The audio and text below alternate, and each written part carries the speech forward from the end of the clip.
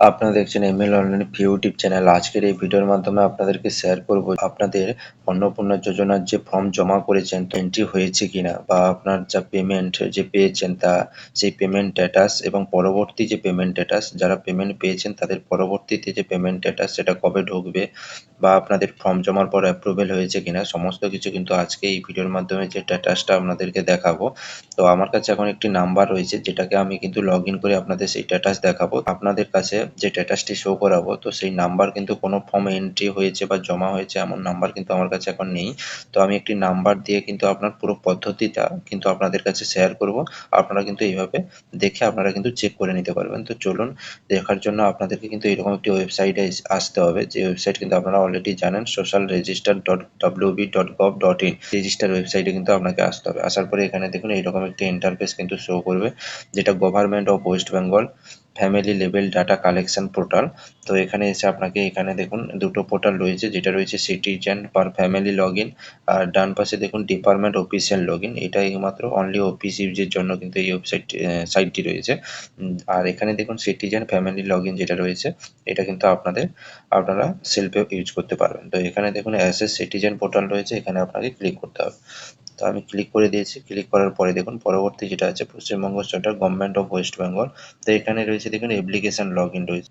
তো এখান থেকে দেখুন আপনার স্টেটটা সিলেক্ট করে নেবেন, যেটা হচ্ছে মেদিনীপুর ইস্ট। আপনি এখানে সিলেক্ট করে নিচ্ছি। তারপরে এখানে দেখুন এখানে কিন্তু 10 ডিজিটের যে মোবাইল নাম্বার রয়েছে, তো আপনি যে মোবাইল নাম্বারটি ফর্ম জমা দেওয়ার সঙ্গে দিয়েছিলেন, তো সেই মোবাইল নাম্বারটি কিন্তু এখানে আপনাকে টাইপিং করতে হবে।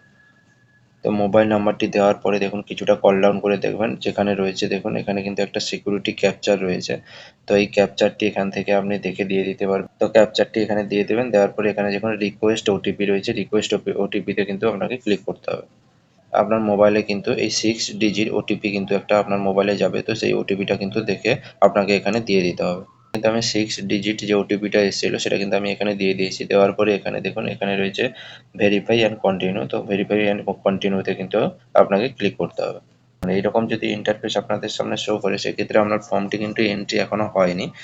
তো এটা যেটা যে শো করছে, এটা কিন্তু আপনার ফর্ম ফিল আপ মোড যেটা রয়েছে, ফর্ম ফিল আপ মোড রয়েছে। এখানে দেখুন এখানে হেড অফ দ্য অফিসের নাম রয়েছে, date of birth, gender, category, reason. এখানে কিন্তু যেটা দেখাচ্ছে যে আপনার ফর্ম ফিল আপ মোডে চলে এসেছে, মানে এখানে কিন্তু ফর্ম ফিল আপ করতে হবে আপনাকে, বা কেউ আবেদন করতে পারবেন।